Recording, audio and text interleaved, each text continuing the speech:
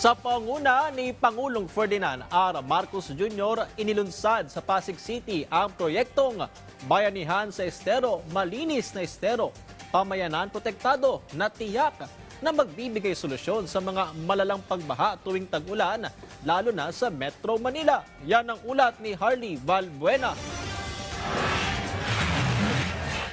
Barado ng water hyacinths ang Bully Creek sa barangay Pinagbuhatan sa Pasig City. Kaya naman hindi makadaloy ng maayos ang tubig.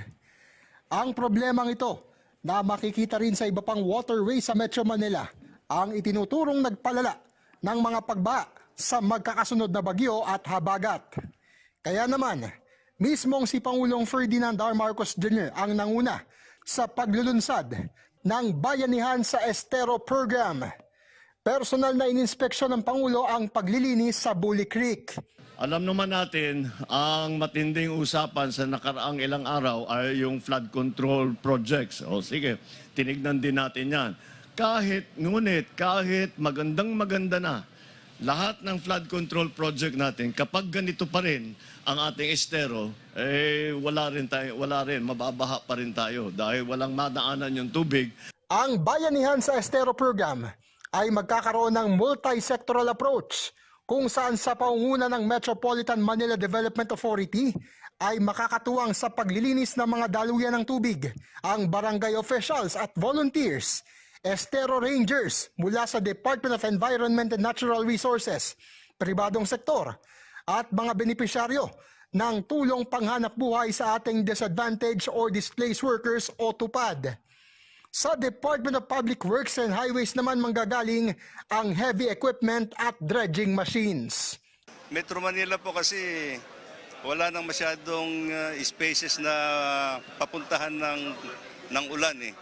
Puro semento na po ito, parang kaya kailangan po dadaloy na lang doon sa mga tributaries natin. With the new equipment na ating na-acquire, mas mabilis na at mas marami na simultaneous yung malilinis nating mga creeks. Ganito rin ang gagawin sa iba pang estero at kanal, pero magiging priority ang tinukoy na 23 estero. Pero hindi lamang sa paglilinis natatapos ang programa dahil ang makokolektang water hyacinths ay ginagawa ring mga kapaki-pakinabang na produkto.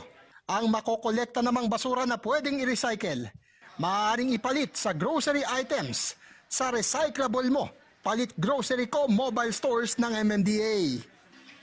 Itong 2 kilo ng plastic bottles, ang katumbas nito ay 20 points. At ang 20 points ay pwede mong magamit na pambili ng ilang grocery items katulad na lamang ng toyo na ang required ay 20 points at yung ilang klase ng instant noodles. Sa sanib puwersang pagtutulungan, naniniwala si Pangulong Marcos na hindi na mauulit ang matinding pagbahang naranasan sa mga nakaraang linggo at maiibsan na rin ang iba pang epekto ng climate change. Harley Valbuena para sa Pambansang TV sa Bagong Pilipinas.